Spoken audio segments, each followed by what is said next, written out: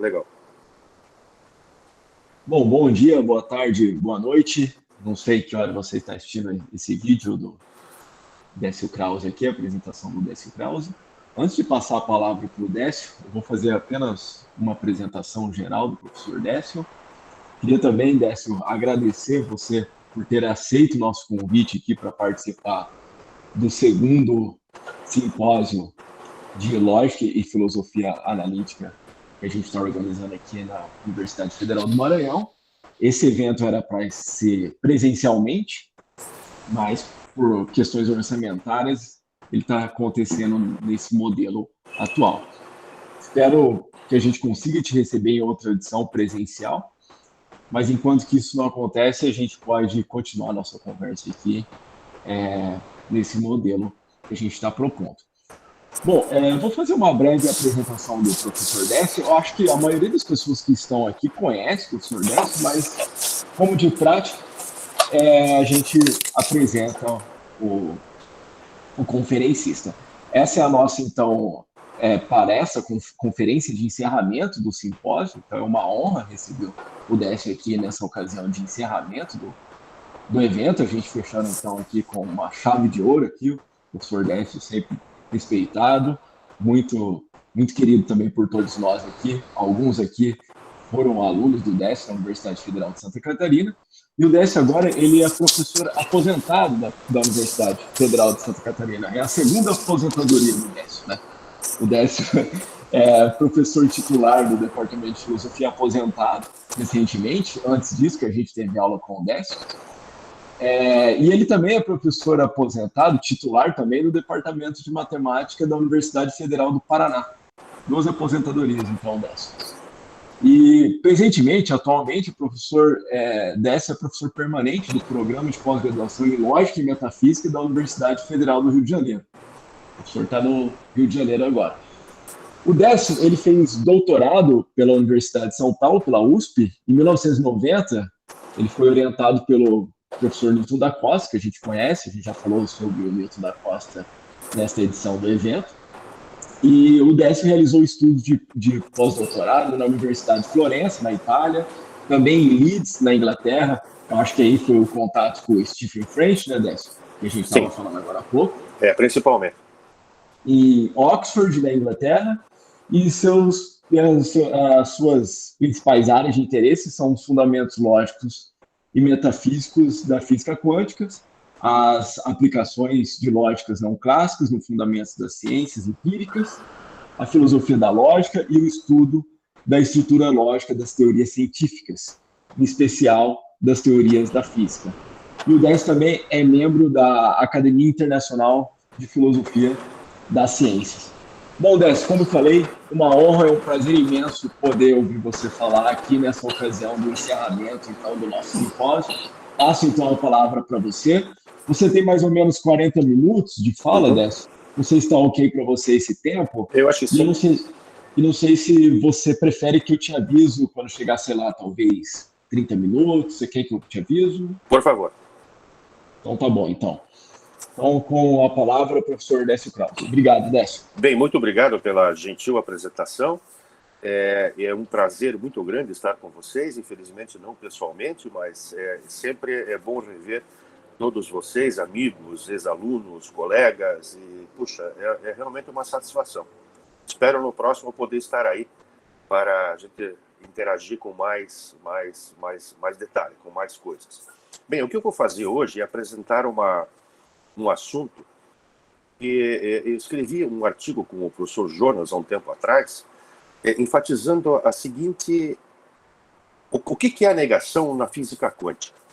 Se nós formos levar isso em detalhes, você vai ver que a física quântica nos apresenta razões para questionar praticamente tudo da lógica clássica.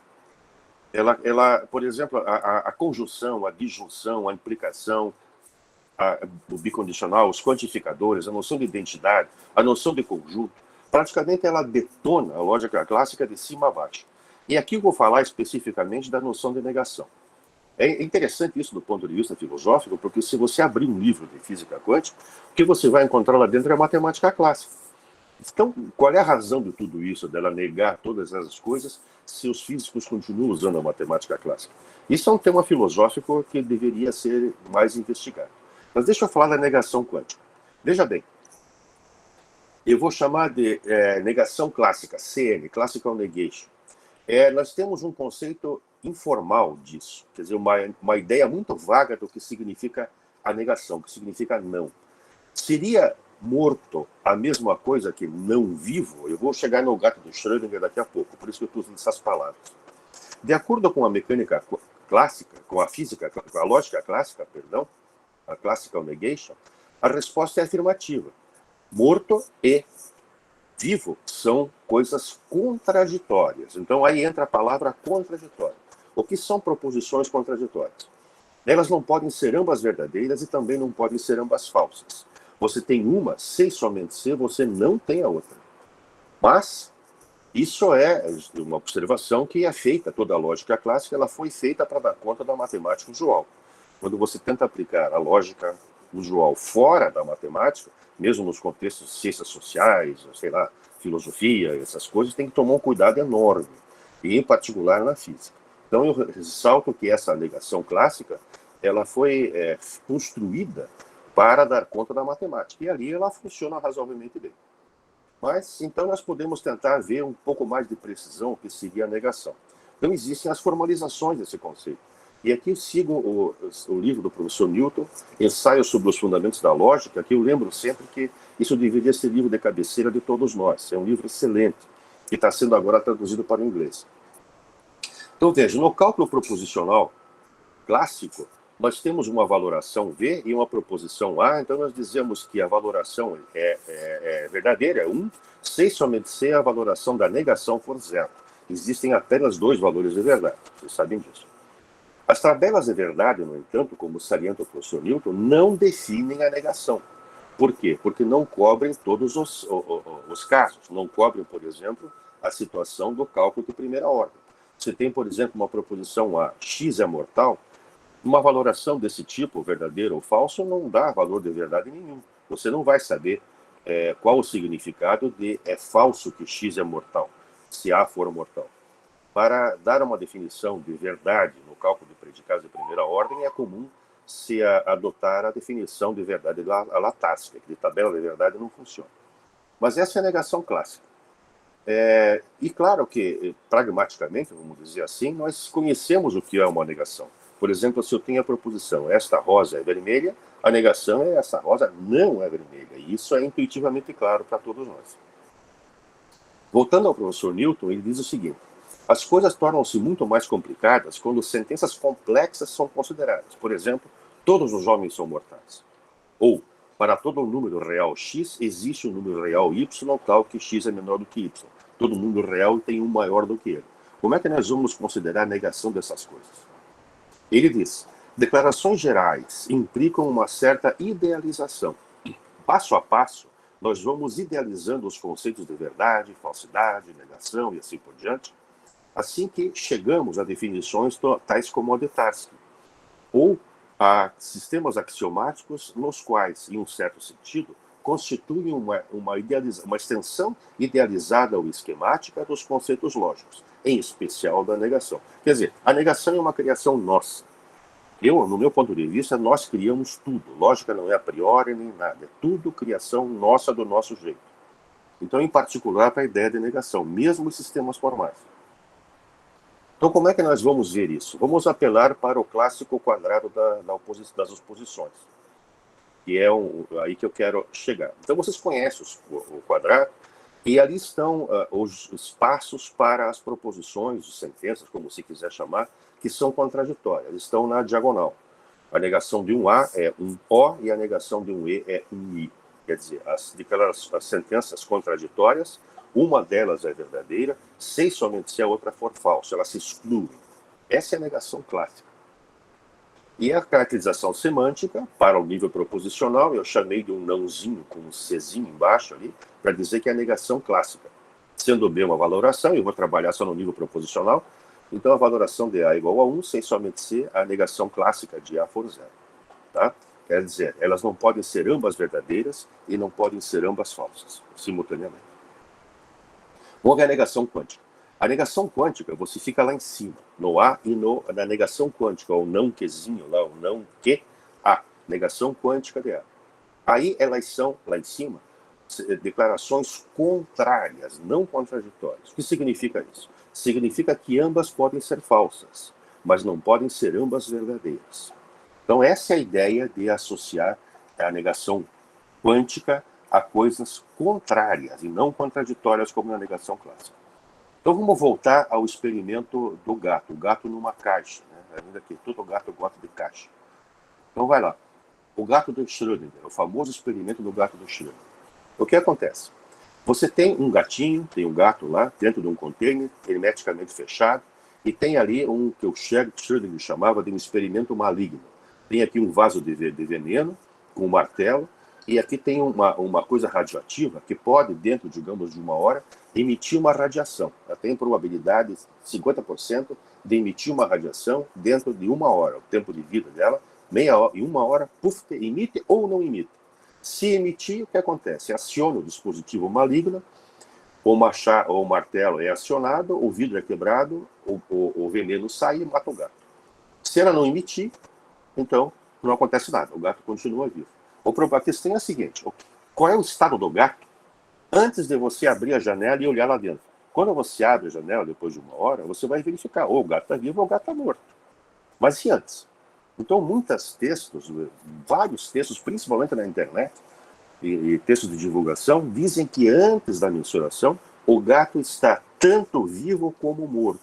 Ele está num estado no limbo, ele está ali nessas duas situações. Isso, no meu ponto de vista, está completamente errado. É aí que entra a negação quântica. Eu digo o seguinte: o gato não está vivo e morto.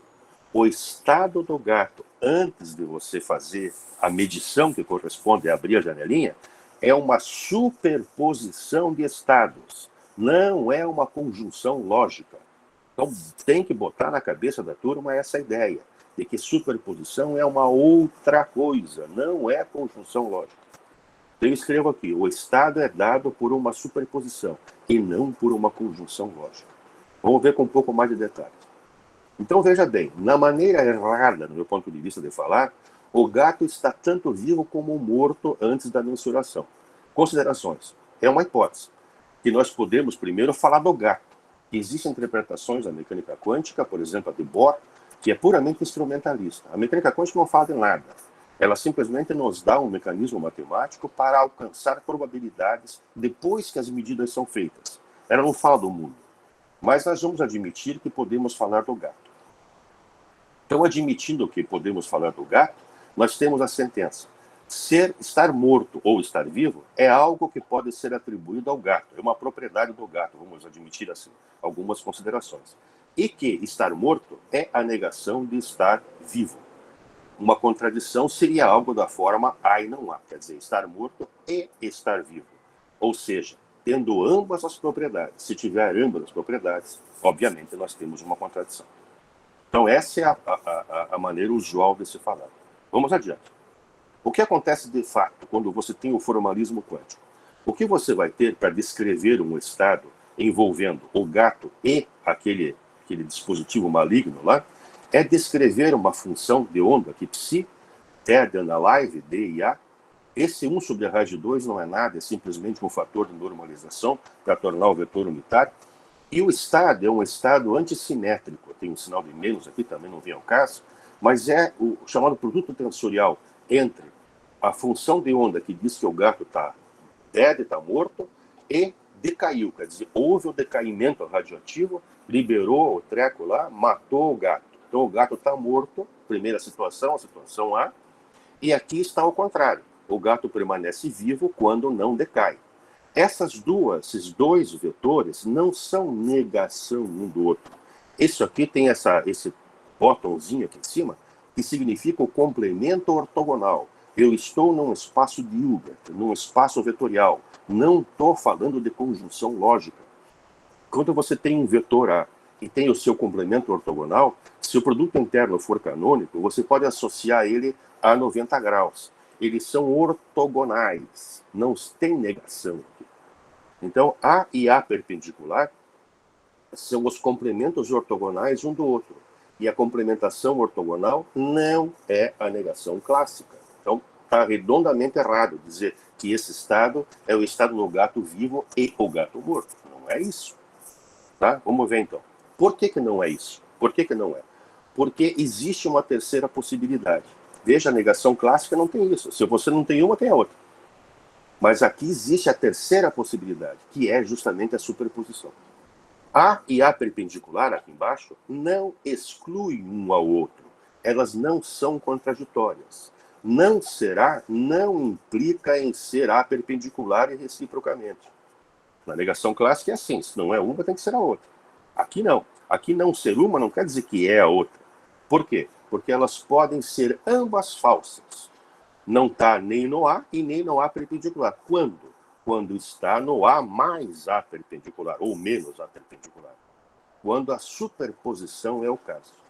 Antes da medida, antes de você abrir lá a portinha e ver o gato, o sistema, o estado do sistema é a superposição dos estados. Não é a conjunção lógica deles. Isso não faz sentido. É a superposição, é um outro estado. Então é uma outra possibilidade. Então você tem morto, vivo e superposto. Então, não é as duas, morto e vivo, podem ser ambas falsas. Por quê? Porque tem uma terceira possibilidade, que é a superposição. Então, essa negação, o complemento ortogonal, é a contrariedade, não é contraditoriedade. Bom, se quiserem fazer pergunta, vamos lá. Então, veja, o que é a negação quântica? Então, vamos sumarizar. Estar morto não é a negação clássica de estar vivo, e vice-versa. Elas podem, ambas são falsas, serem falsas. Quando? Quando o estado do sistema é a superposição. Mas, obviamente, elas não podem ser verdadeiras ao mesmo tempo. Então, nós podemos ver essas duas proposições, A e A perpendicular, como contrárias ao quadrado das oposições. Tá? E o mesmo vale para outras situações. Por exemplo, não só o gato, mas em posições. Também você vê, às vezes, na internet, via de regra, a internet é uma coisa de doido, né? O que sai de besteira ali é uma coisa impressionante. O seguinte, os cientistas conseguiram colocar uma partícula em dois lugares ao mesmo tempo. Meu Deus, onde é que está a cabeça de quem escreve isso? Partícula não tem posição. Elas têm estados que representam posições. E não existe isso de duas posições, uma mesma coisa em duas posições ao mesmo tempo. Isso não existe. O que você tem são possibilidades, probabilidades de estar aqui ou de estar lá. E você tem ambas, mas você tem um estado superposto, e não uma coisa e a outra. Não é conjunção lógica. Então, muito bem. A história dessa negação. Se você for retroagir a história, você vai voltar dos primeiros lógicos quânticos. Van Fraassen, por exemplo, fez muitos trabalhos muito relevantes nisso. Hardegree, Beltrametti, Casinelli, físicos italianos, Dalia Chiari, Giunchini, Aertes e vários outros. E o Van Fraassen, em 1974, já, ele propôs a distinção entre o que ele chamava de choice negation, eu não sei como se traduziria isso, negação escolhida, sei lá, eu vou chamar de choice negation mesmo, e a negação exclusiva entre morto e não estar vivo. E não estar vivo não significa estar morto. É morto e não vivo. Então, a nossa proposta vai ser a seguinte. A negação exclusiva, uma exclui a outra, é a negação clássica. São contraditórias. E a choice negation do Van Fraassen é a negação quântica, ou seja, a contrariedade. Van Fraassen fez isso, mas eles nunca, nenhum dessa gente, ninguém falou em negação quântica. Eles simplesmente falavam nessas possibilidades, mas nunca associaram isso ao quadrado das oposições. Quer dizer, essa negação quântica deles, nunca chegou à ideia de contrariedade, nunca discutiram isso. Então, muito bem. Como é que podemos caracterizar semanticamente isso? Vamos supor L uma linguagem adequada com um símbolo de negação para a negação quântica. E vê um conjunto de valores verdade. Vocês conhecem isso, né? Eu pego um subconjunto de valores verdade que eu chamo de valores distinguidos. Se quiser, pense em 0, 1. 1 é distinguido, 0 não é distinguido. E de linha é o complemento. São os valores que não são distinguidos. Então, sendo V uma valoração e alfa uma forma, nós vamos dizer que a valoração da negação quântica de alfa é distinguida, quer dizer, é verdadeiro, implica que a negação de alfa não é distinguida. Então, veja bem, a implica é uma flechinha num sentido só, não vale a recíproca.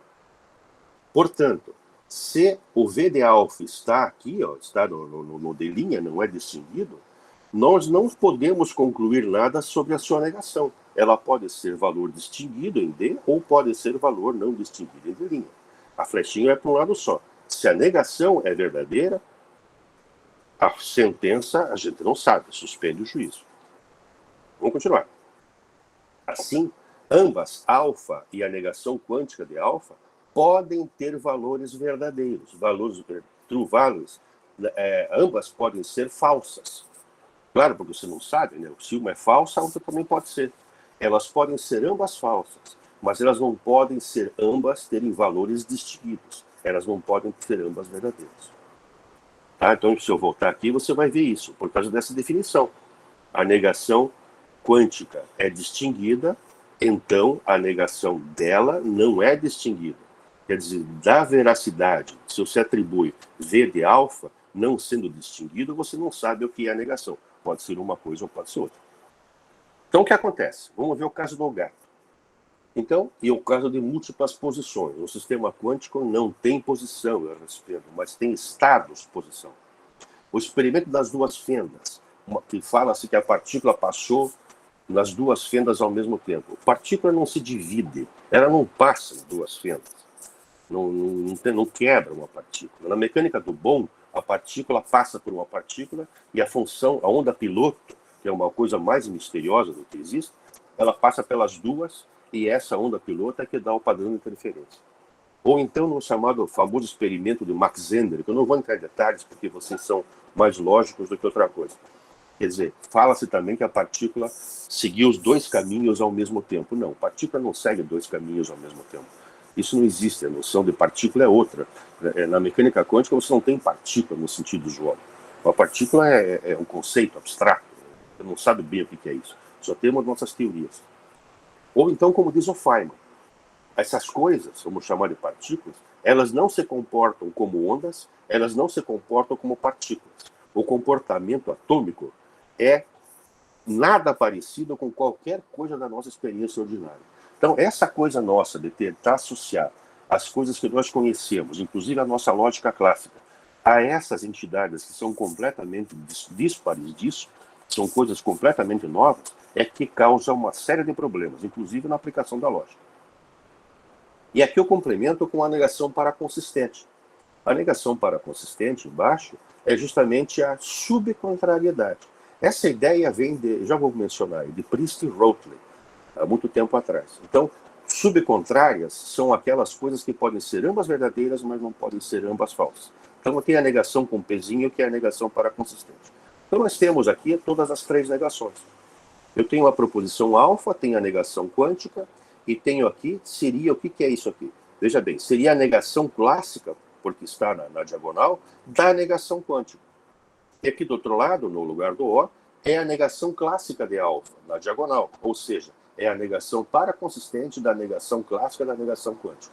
Então, o estudo desses três tipos de negação foi levado a um termo mais aprofundado na tese do doutorário do nosso amigo Kerian Gracha. Ele fez uma tese chamada 3 vezes não, um estudo sobre as negações, clássica, paraconsistente e paracompleta. E depois ele publicou na forma de livro na série Lógica e Filosofia da College Publications. É bem interessante esse trabalho do Kerian. Então, é estudo do quadrado, mas levando em conta a negação quântica. Então, veja, eu posso ir para tabelas de verdade também, estou no nível proposicional. Estender a negação quântica para o nível de predicados, ninguém fez isso ainda, isso está em aberto. Então, vamos lá, negação clássica você tem a valoração é distinguida, sei somente C, tá? Sei somente C, a negação clássica não é distinguida. A negação quântica não é um sei somente C. Então, a negação quântica é distinguida, implica que a negação dela não é distinguida. E quando a negação de alfa não é distinguida, você não suspende o juízo, você não sabe. Pode ser distinguido ou pode não ser. E a paraconsistente é assim. Se ela não é distinguida, se é falsa, então a negação é distinguida. A recíproca é que não vale. Ou seja, quando o V do alfa, que está aqui, é distinguido, nós podemos ter uma situação ou outra, não sabemos o que acontece. Então nós temos aqui, ó, por exemplo, se os valores distinguidos são só 1, só tenho dois valores 1 e 0, eu tenho essa tabelinha para a subcontrariedade. Alfa é verdadeiro, a negação para a consistente pode ser verdadeira também, é verdadeira, as duas são verdadeiras, mas a negação quântica é falsa e a negação clássica também é falsa. E aqui a contrariedade, que é a quântica, é diferente. Ó. Se alfa é falsa, eu posso concluir que a negação de alfa também é falsa. E verdadeira nos outros, ou verdadeira nos outros casos. Tem que entrar em mais detalhes, mas eu acho que você pode aprofundar isso em outra oportunidade. Então, o que resta para ser desenvolvido? A contraparte sintática disso. Eu preciso encontrar um conjunto de axiomas que tenha esta semântica como semântica mesmo. Eu tenho que encontrar a contraparte sintática, quer dizer, definir uma negação quântica adequadamente do ponto de vista axiomático. Encontrar os modelos disso, desenvolver a álgebra correspondente, desenvolver uma teoria quântica de conjuntos, onde a lógica envolva a negação quântica e assim por diante. Existe um monte de coisas para que a gente possa desenvolver aí. Então é isso aí. Breve, e espero que tenha ajudado. Maravilha, Décio. Obrigado lá, aí então. pela Imagina. ótima apresentação. Eu prefiro deixar tempo para fazer as perguntas, que daí vocês podem, se tiver pergunta. Legal. Então, vou organizar aqui a fila como de costume, gente. Quem quiser fazer pergunta, pode usar a mãozinha aqui, ou pode escrever no chat, se vocês quiserem que eu leia a pergunta para o professor Décio, o que vocês acharem melhor. Algum inscrito? Se não tiver inscrito, eu já vou fazendo aquecimento aqui, enquanto que vocês pensam. Tá, o César Federico levantou a mão. César, pode ficar à vontade. Obrigado pela apresentação, Décio, muito boa, muito clara. E eu tenho duas perguntas para fazer, mas eu vou começar com a mais simples, que é só uma pergunta de esclarecimento, assim. Você falou daí desses três estados do gato de Schrödinger, né? Ele pode estar vivo, morto, aí tem essa interpretação que você disse que é incorreta, você disse que ele está vivo e morto. Que é errado. Que é errado, e daí você propõe, então, que ele está em um estado de superposição. A minha pergunta é assim, intuitivamente, como a gente deve entender esse estado de superposição? Você não... Tem alguma interpretação intuitiva, né? Não. É exatamente o que não está. O Schrödinger, quando ele criou a ideia do emaranhamento, do entanglement, ele dizia que isso era a característica típica da mecânica quântica. E o Dirac, no livro dele, também fala, essas coisas não podem ser explicadas, não é possível explicar dentro do contexto clássico. Quer dizer, nós não temos nenhuma analogia calcada na nossa intuição, na física clássica, que explique isso. Então o pessoal se apega. Não, logo a maneira de explicar é que ele está vivo e morto. Não está. Basta ler. Você lê aquela equação e vê que não é uma conjunção lógica. Tem uma terceira possibilidade. Você não sabe, tem que suspender o juízo. A mecânica quântica, isso é importante saber, é o seguinte. Você tem o gato, é um objeto clássico. O suporte ao gato é um exagero, porque não existe isso com gatos. Mas existe isso com partículas. Você tem a partícula numa fonte, então aquilo lá é bem determinado. Você sabe que tem elétron, sabe o que é aquilo lá. E depois você tem aquilo que o anteparo, onde você mede, onde você vê o experimento. Então você tem a saída e tem a chegada. Em ambas as situações, essas coisas se comportam como da física clássica. Tá? Agora, a mecânica quântica, o problema é no meio. A mecânica quântica não fala nada, César, nada do que acontece no meio. Ela não diz. Não tem nada ali que possa sugerir como é que está o gato antes de você abrir a janelinha. Nada. A única coisa que você sabe é que o estado do gato é um estado superposto. A interpretação quem dá é você. Mas está errado dizer que está vivo e morto. Porque teria que assumir que o gato tem dois estados, vivo e morto. E isso é impossível. A própria teoria diz que não dá. É incompatível, não pode. O Bohr dizia que são estados complementares. Ambos são necessários para explicar o fenômeno e, se você juntá-los, implica uma contradição. Mas eles não se realizam simultaneamente. Não dá. Ou é uma coisa ou é outra. A partícula, essa coisa misteriosa, você não sabe o que é. Você não sabe o que é um elétron nem nada. Tudo que você tem são as teorias que dizem o que são essas coisas. E dependendo da teoria, ele é uma partícula, dependendo da teoria, ele é uma excitação de um campo, dependendo da teoria, ele é simplesmente o valor de uma medida, depende da teoria. Então, na realidade, você tem as diversas teorias. Quando você tem essas teorias, nenhuma delas vai dizer que é uma partícula, uma bolinha, ou que o gato está vivo e morto. Nunca. Então, não tem intuição. Como que eu posso explicar isso? Não pode explicar. Não dá para explicar. Então, só para um comentário, né? Na verdade, afirmar que o gato está vivo e morto, também, a bem da verdade, eu não consigo fazer a interpretação intuitiva do que seja isso. Né? Claro que não, você não sabe o que é criação. Né? Agora, o que acontece é que, como a gente entende todos os termos da frase, né? O gato está vivo e morto, a gente imagina o que é o e, a gente projeta intuições aqui do mundo macro para lá, só que daí é onde, como você falou, é onde começa a coisa a ficar errada. Né? Você começa a projetar, você tem uma impressão de que você está entendendo, mas está entendendo errado justamente porque está projetando impressões erradas. Perfeitamente, veja bem, é você que está projetando. Exato. Não é a teoria que está dizendo isso. Sim. Obrigado. Legal, gostei. Ô, Décio, muito massa, hein? Muito bom você ver suas apresentações. Eu vou fazer aquela famosa provocação, né? Diga. Tem um jeito de você ter o gato vivo e morto ao mesmo tempo. Na interpretação do Everett, ele muda a regra do alto valor, alto vetor, e você tem os dois ao mesmo tempo, só que um em cada multiverso. Isso é mais louco do que outra coisa. Sim, mas só Isso é completamente, no meu ponto de vista, a interpretação dos muitos mundos é a coisa mais doida que existe. Não tem sentido isso. O gato está vivo num mundo e está morto no outro. Você não tem acesso aos mundos. É um troço de doido isso. Eu não consigo entender isso e acho que isso é loucura completa. É um devaneio. Você veja bem, eu falo sempre que a coisa não tem identidade. Né? O pessoal diz, não, como não tem identidade? Imagine, que absurdo. Puta, absurdo é o potencial quântico. Absurdo são os muitos mundos. Isso assim é que é absurdo. Acho que todas elas são absurdas, né? Acho que isso é o que claro, porque a mecânica quântica, como eu falando com o César, não tem intuição por trás dela.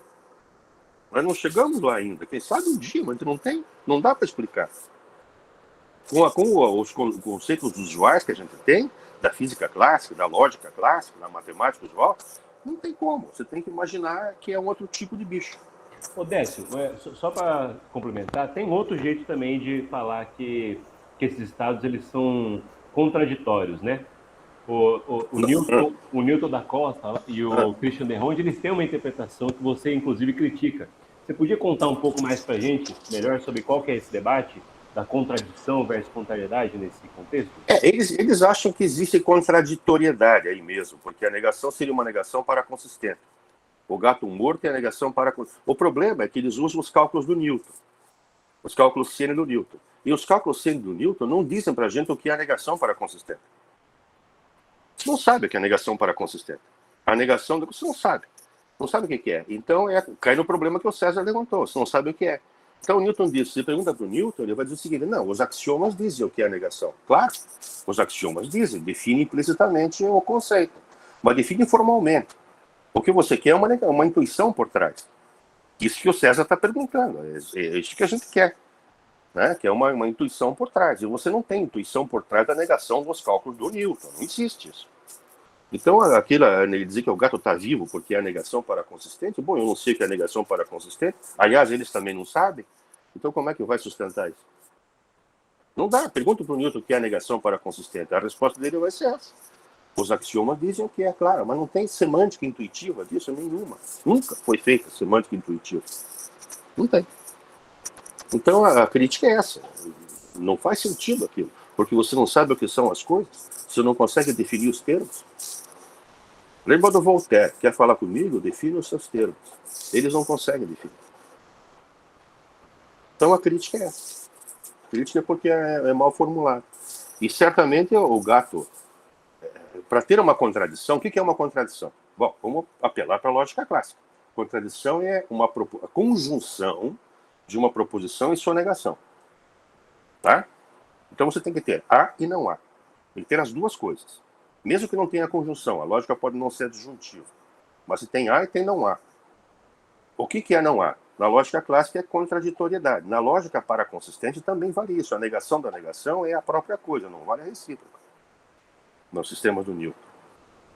Então, tudo bem, você tem lá. Mas o que é essa negação? Tem há e não há. O que é o não há? Não sei. E o que é a negação? O gato não está vivo e morto, porque você, para ter isso, ter e morto, você tem que assumir que o gato está em 2 estados. Ele não está em 2 estados. O que está ali, aquele vetor que eu coloquei, aquilo é uma soma vetorial, aquilo não é uma conjunção lógica. E a soma vetorial de uma coisa com o seu complemento ortogonal é uma soma de vetores, não é um e outro, não é, meu Deus do céu, é soma vetorial. Basta ler. Então essa tentativa do Christian e do Newton é legal, mas do meu ponto de vista não funciona. Assim como a noção de quase verdade deles também não funciona. Legal, Décio. Obrigado, Raoni. O Jonas levantou a mão. Fica à vontade, Jonas, para usar o microfone. Legal. Oi, Décio. Oi, que legal a tua palestra. Eu perdi uma partezinha dela, mas... não devia. Eu estava vendo aqui a discussão também, e me parece que o problema é que a gente não entende nem o que é a negação e nem o que é a mecânica quântica. E aí, quando fala das duas coisas juntas, complica mais ainda. Mas a minha pergunta é também, assim, um tipo de provocação, ia na linha do Raoni, porque no caso da teoria de muitos mundos, né, na verdade, você não teria uma lógica paraconsistente necessária, né? Porque, digam assim, o gato está vivo em um mundo e morto no outro, então... Perfeito. Não junta. Nem também, não junta, e nem também uma lógica com uma negação quântica, nesse sentido de ser uma contrariedade. É lógica clássica mesmo. Isso.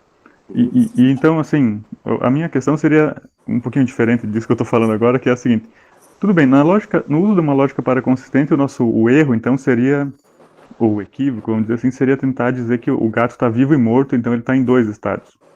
E o uso de uma lógica, assim, uma negação para completa, ou desculpa... para completa. Para completa, que envolve contrariedade, né?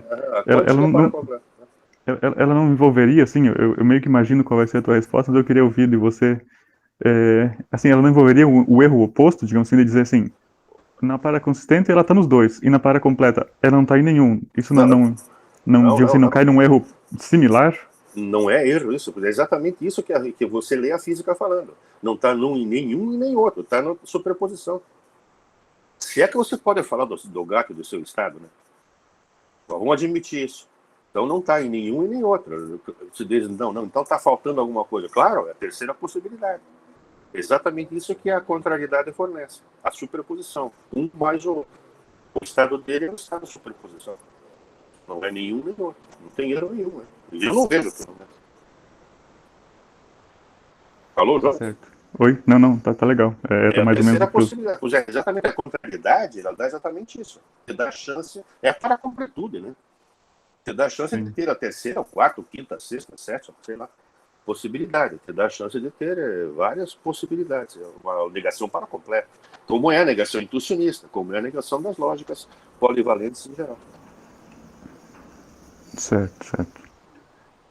Bem, era mais ou menos o que eu estava imaginando, e claro, com isso a gente consegue, pelo menos, claro, pode ser que tenha problemas por aí também, né? Mas a gente consegue ter uma intuição, digamos assim, caminhar no sentido de uma intuição como o César estava pedindo, né? Pelo menos... Isso seria genial, se alguém conseguisse dar uma intuição, primeiro, até da negação paraconsistente. Porque eu me lembro uma vez, eu estava fazendo uma palestra falando sobre lógica paraconsistente, e quem estava presente, o professor Roberto Torretti, que eu acho que vocês conhecem, chileno, que faleceu recentemente, um grande cara. Ele disse o seguinte: eu não consigo entender essas coisas desde o tempo do Newton, ele falava. Como é que esse copo, que tinha um copo em cima da mesa, pode estar em cima da mesa e não estar em cima da mesa ao mesmo tempo? Eu não consigo entender isso. A resposta foi óbvia, eu também não, porque eu não estou falando do copo. O copo, em princípio, obedece à lógica clássica. Ele está em cima da mesa ou não está. Quando você tem a negação paraconsistente, você está tratando de outras coisas. Por exemplo, sei lá, alguma coisa que é subcontrária. Alguma coisa que pode as duas coisas serem verdadeiras, não nesse caso particular. Aí acho que ele se convenceu um pouco de que precisava mais coisa. Mas o que falta, tanto nos sistemas do professor Newton, na minha opinião, como nessa coisa da mecânica quântica, é isso que o César está pedindo. Você fornecer uma semântica intuitiva, que é aquilo que a gente quer. Explicação. Não formal. Formal ainda até encheu já de tanta explicação formal, semântica formal e não sei o que lá. A gente quer entendimento, quer entender. E é isso que falta. E aí, na mecânica quântica, pelo menos, o Feynman dizia que a gente não consegue entender a mecânica quântica. Né? Não sei, eu acho que a gente consegue, mas é muito estranho. Ô, Décio, deixa eu te pressionar um pouco nesse ponto aí, porque eu confesso que eu não fiquei satisfeito com essa resposta. Porque, veja, pega o experimento das duas fendas lá. Você não pode falar que ela passou pela direita, você não pode falar que ela passou pela esquerda. Não. Você não pode falar que ela passou pelas duas. Mas ela passou. E você também não pode falar que ela passou por nenhuma. Passou, claro que sim. Porque no anteparo você tem lá o sinal dela. Sim, então, você tem alguma coisa. Se não tivesse passado por nenhuma, não teria sinal aqui. Se tem um padrão de interferência, é porque algo passou. Que ela não passou pela fenda A, senão não teria interferência. Ela não passou pela fenda B, senão não teria interferência. Ela não pode passar pelas duas, mas ela passou. Bom, então você tem a A é falso, B é falso, A e B é falso. O que sobra? Na lógica clássica, nada. Mas claro, porque a conjunção na lógica quântica não é clássica. Eu concordo com você que a superposição é um novo estado, mas eu também concordo com o Jonas que também é falso que não passou por nenhuma. Não, isso você não sabe, porque a partícula não... Depende do que é a partícula. Então você tem que dizer, não existem partículas, existem ondas, e a onda passa pelas duas, e quando chega lá no anteparo, ela se junta de novo, colapsa e puf. Isso é uma interpretação, mas é uma interpretação, é muito razoável, porque na física quântica mesmo, que é a teoria quântica de campos, não existe partícula. As partículas são ou excitações de campo, ou, sei lá, alguma coisa, tem várias maneiras de fazer. Uma partícula, essa ideia de coisinha passando por um buraquinho, isso não existe. Só no bom. Só na mecânica do bom, que é outra loucura. É outra loucura, porque ninguém sabe o que é potencial quântico, lá posição não é posição, trajetória não é trajetória. Aquilo lá é outro devaneio, na minha opinião. Eu fico com a mecânica quântica ortodoxa. Qual é o problema com o colapso? Do meu ponto de vista, nenhum. Você, quando mede, o troço cria outro mundo, aí desaparece e cria outra coisa. Pronto. Qual é o problema com isso? Mas eu certamente estou errado. Acho que ninguém está certo nessa. Não, ninguém está certo. Essa é a melhor solução. Legal, mais alguma... Vamos lá, mais alguma pergunta? Mais alguma pergunta? Eu tenho a minha segunda pergunta agora. Sim, claro. Mas agora eu vou mudar de assunto. Né? Vamos lá. Então, vamos falar de filosofia da lógica, não de filosofia da mecânica quântica. Você disse, uma certa passagem na sua fala, algo que eu achei bem interessante. Você disse, a negação é uma criação nossa. Né? E tudo isso é uma criação nossa. As lógicas, né, são sempre uma criação nossa. Não é a priori e tal. Não. Daí a pergunta que eu te faço assim, tá bom, uma criação nossa, mas a gente tem liberdade para criar o que a gente quiser? Tem. E para que você cria esses sistemas? Quando você está dando essa negação quântica, por exemplo, o que você quer com isso? Legal. Aí entra a metafísica. Do que você não se dissocia. Você vê a mecânica quântica, por exemplo, você lê a mecânica quântica, estuda, como o Einstein chegou a dizer o seguinte: para de falar e leia as equações. Não dá para explicar. Então você tem que ler o que as equações dizem. Lê aquele vetor lá, por exemplo. Então você cria uma concepção intuitiva, isso que você está procurando. Vamos chamar isso de uma concepção de mundo, sei lá, uma metafísica. E agora você procura refletir essa metafísica formalmente. Você vai criar, vai reinterpretar tudo isso através de um sistema formal. Vai criar um monstro. E depois desse monstro que você vai criar, vai ter outras implicações que você não previa antes. Mas é criação tua, você interpreta, está tudo na tua mente. Você vê o mundo e, claro, como é que você vai saber, então, para não cair no relativismo? Cada um de nós inventa uma coisa e pronto. Experimento. O Raoni estava falando agora há pouco do empirismo construtivo do Van Frasca. Tem que salvar as aparências. Você tem que fazer funcionar. Quando você cria uma teoria e vai no laboratório e o treco funciona melhor do que a que eu criei, é melhor pegar a tua do que a minha. Até que a tua também não dê certo. Eu li um artigo recente agora, que saiu numa revista, sobre o próton. Não sei se vocês viram isso. Meu Deus. Estudar o interior do próton. O título do artigo é o seguinte: a coisa mais difícil que você poderia ter imaginado. Ninguém sabe o que é isso. Ninguém sabe o que é um próton, ninguém sabe o que está lá dentro, ninguém sabe o que é um quark, ninguém sabe nada. Você tem teorias, e essas teorias são criações nossas. A lógica é criação nossa. Nós criamos a lógica. Se nós fôssemos heracliteanos, quem sabe a lógica clássica seria paraconsistente, não clássica. Né? Teria contradições. Você não pode entrar no rio 2 vezes, aquela coisa toda.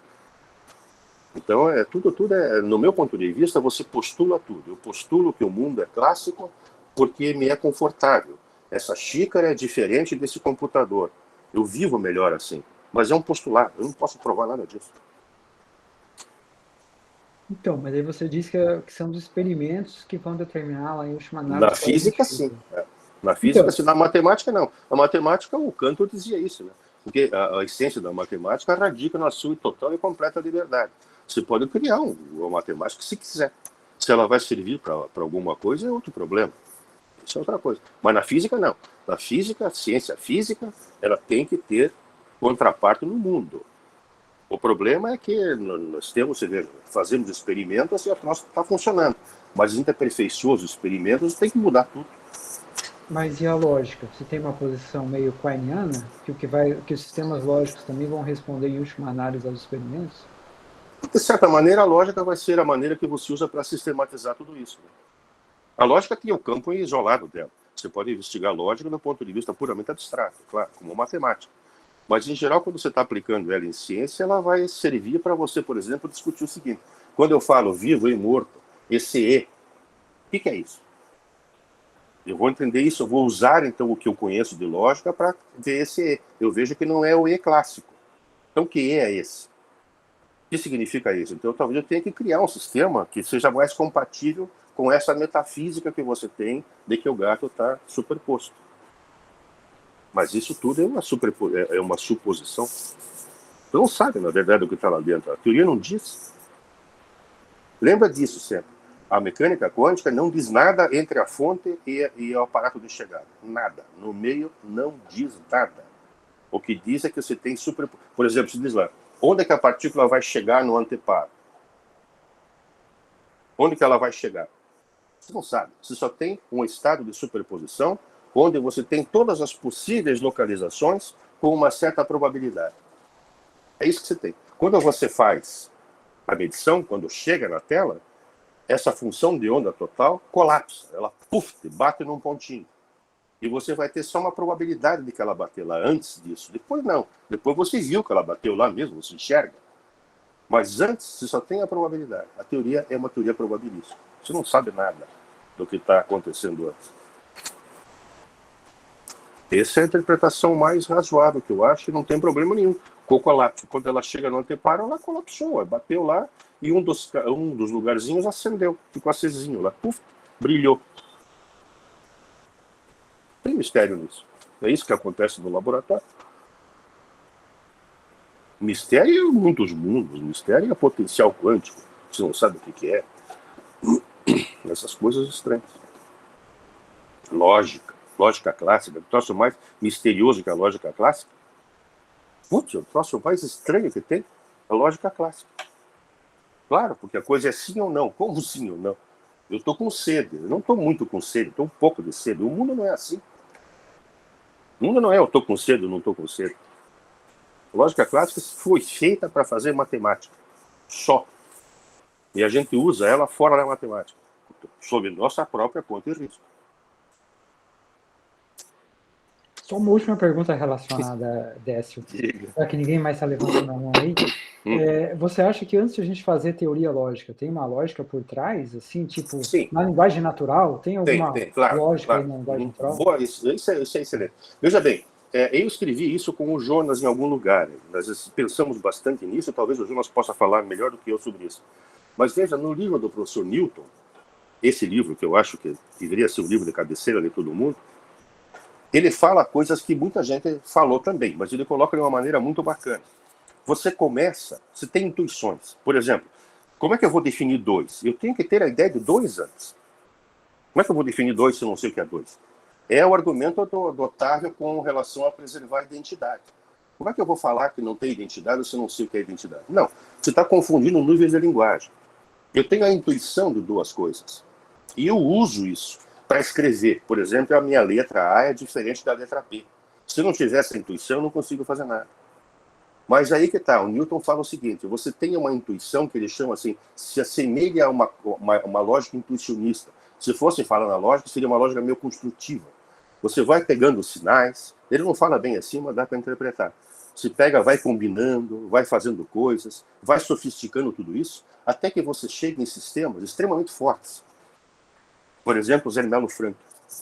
Ele não fala isso. Quem fala isso é o Kenneth Kuhnen, no livro dele sobre filosofia da matemática. Tá? Mas aí, se chega nessa teoria extremamente forte, agora você faz o seguinte, você dá um passo a mais. Você entra nessa teoria.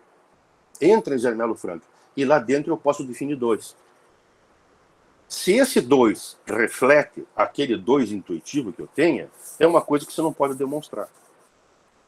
É mais ou menos como a tese de Church. Se diz toda função computável é recursiva. Você não consegue provar isso. Porque a noção de função recursiva é precisa. Matematicamente precisa. A noção de função computável é intuitiva.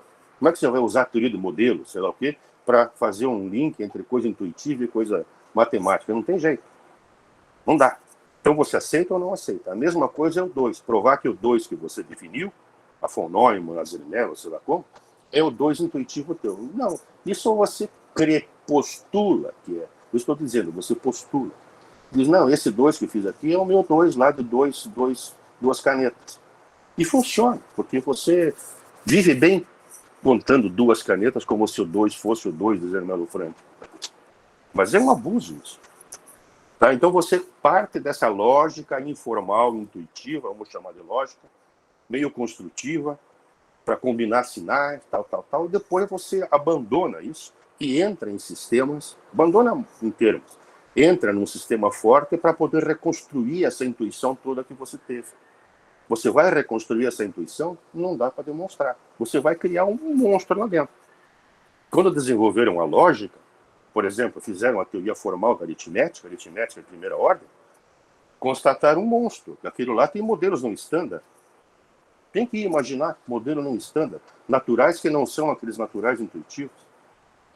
Então você quando faz isso, você começa a ver que existem certas janelas e abre e vê que tem outros mundos, que não percebia antes. Essa é a vantagem da lógica. De oferecer a possibilidade de investigar novos mundos. Sim, claro, tem a lógica intuitiva, então, claro, você não abandona nunca, porque você continua intuindo, mas você filtra a tua intuição, você aperfeiçoa a tua intuição, você aprende fazendo esse treco.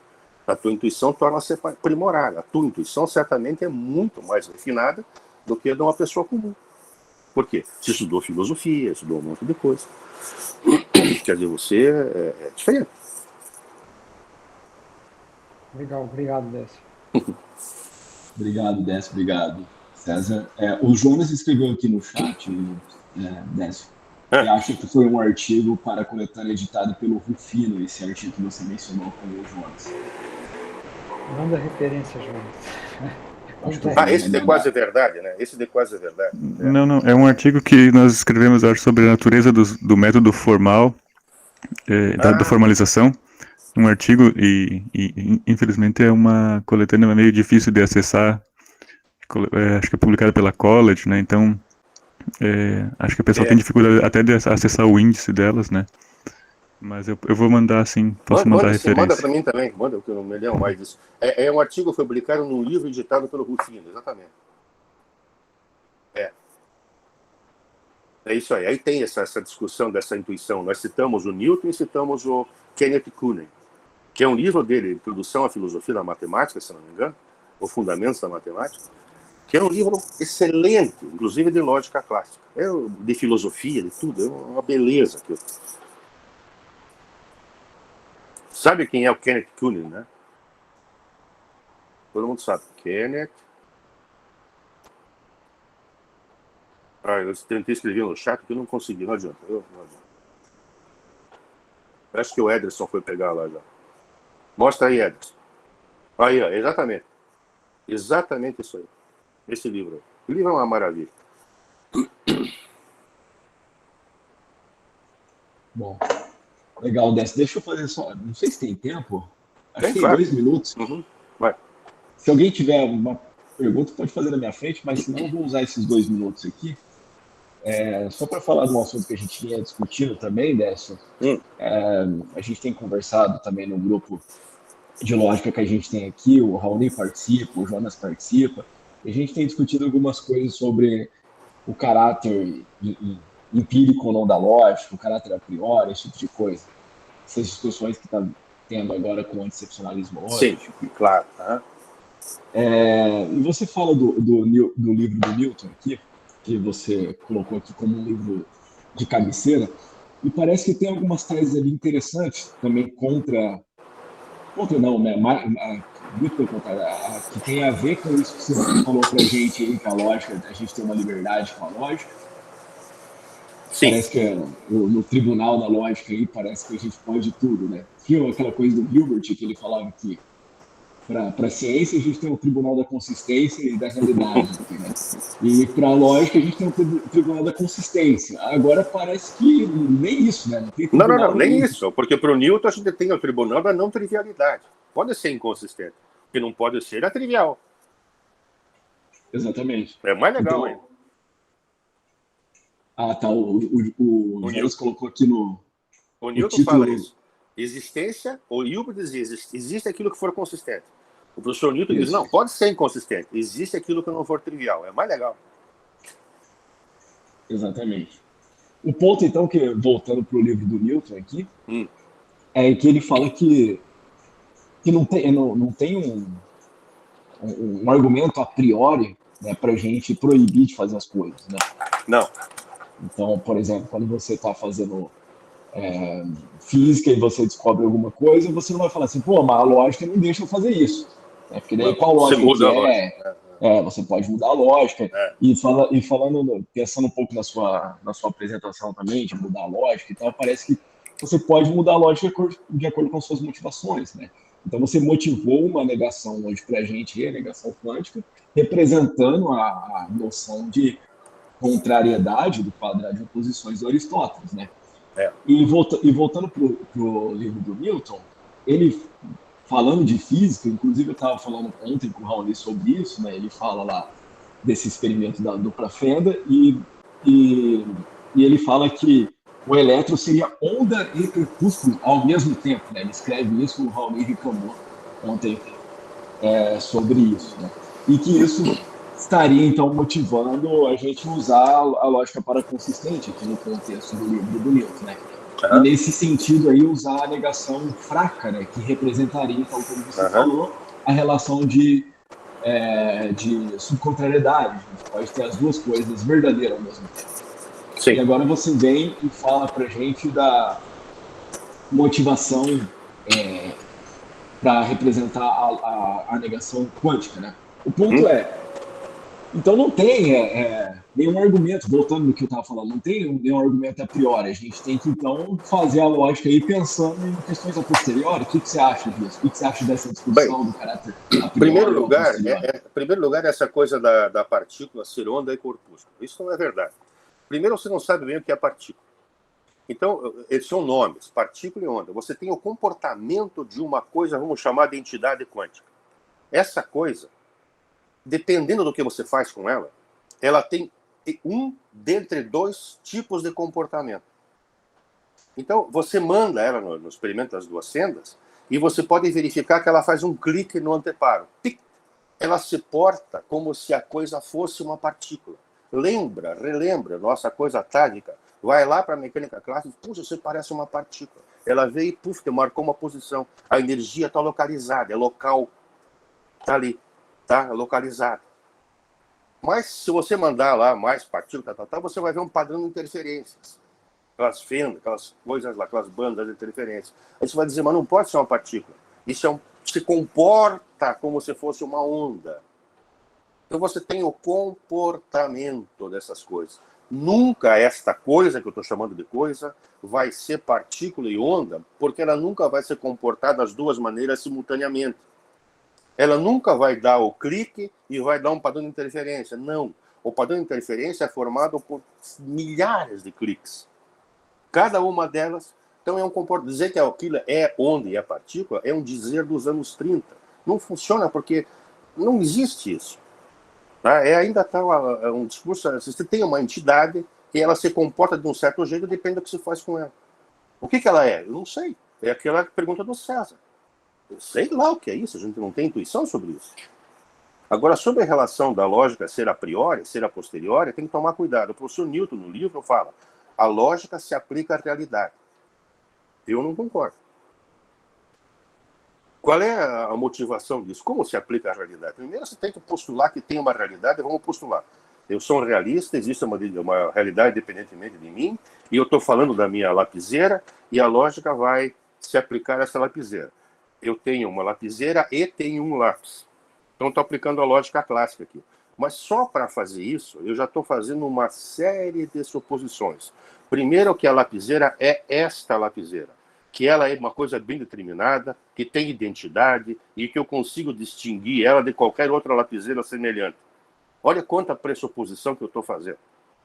Eu não estou aplicando lógica à lapiseira. Eu estou aplicando a lógica à minha conceptualização da lapiseira. Aquilo que eu criei para representar a lapiseira dentro de um quadro conceitual. A lógica se aplica a estruturas, não se aplica ao mundo. Você substitui o mundo por construtos matemáticos em geral e aplica a lógica a isso. A grande volta para como que depois as coisas que eu faço aqui eu reinterpreto no mundo, esse é o grande mistério. Você vai dizer, através de definições coordenadoras, como faziam os especialistas lógicos, talvez seja mais ou menos por isso, a chuta. Quer dizer, eu faço no laboratório, tenho lá um troço se comportando, eu digo isso aí é um elétron, crio uma teoria, faço um monte de coisa e reinterpreto lá naquela coisa que está andando lá dentro. Poxa, olha que esse treco é um passo quase tão ousado como os mundos. Mas funciona, está dando certo. Mas você não aplica lógica, nem matemática, nem nada, à realidade estrito sensu.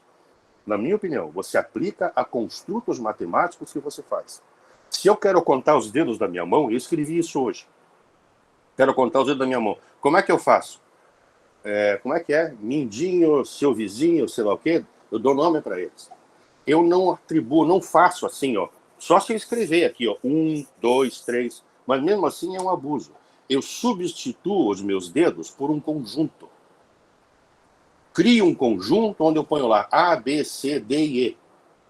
E agora, este conjunto eu provo que ele tem uma bijeção com o cardinal ordinal, ou o cardinal 5. Agora eu posso dizer, este conjunto tem 5 elementos. E esse conjunto foi criado através da minha intuição com os meus dedos. Logo, os meus dedos são 5. Esse logo é uma extrapolação enorme, mas nós fazemos isso e não vivemos sem isso. Mas é uma extrapolação. Lógica é a posteriori, você cria depois. Cria assim, como eu falei, nós poderíamos ser heracliteanos. Depende da nossa concepção do mundo. Aristóteles venceu por causa da igreja, mas quem sabe Heráclito tivesse vencido. Mas seríamos para a consistência. Talvez fosse muito mais interessante. Legal. Maravilha. Obrigado, Décio. E por que eu não estou nesse grupo de vocês aí? Porque eu gosto dessas coisas, sabe? Uai, você está mais que convidado. A gente está encerrando agora, porque está acabando o ano, mas a gente vai voltar o ano que vem e eu posso te mandar um convite. Não, claro, porque se eu mantiver esse grupo com vocês aí, discutindo essas coisas, puta, claro que você tem que sair coisa boa. Maravilha.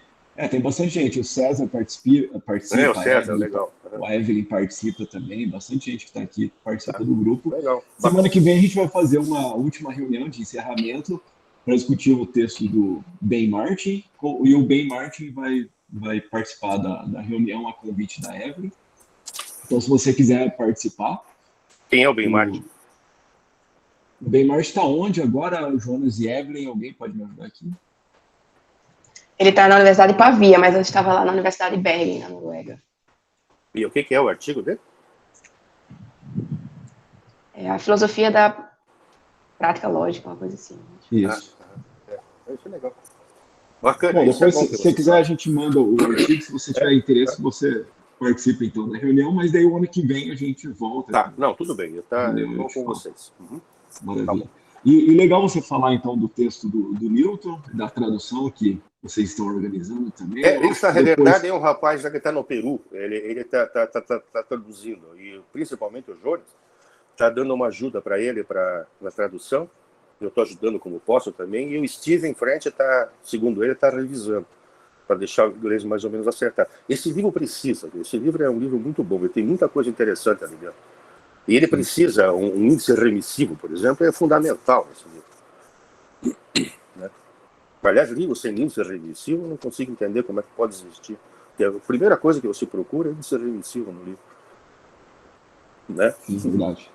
Eu acho que vai acontecer bastante coisa depois da publicação desse livro, recuperando as teses do Newton e comparando com essas coisas que estão acontecendo agora, esses debates atuais aí que a gente mencionou, acho que vai ser uma coisa muito boa mesmo.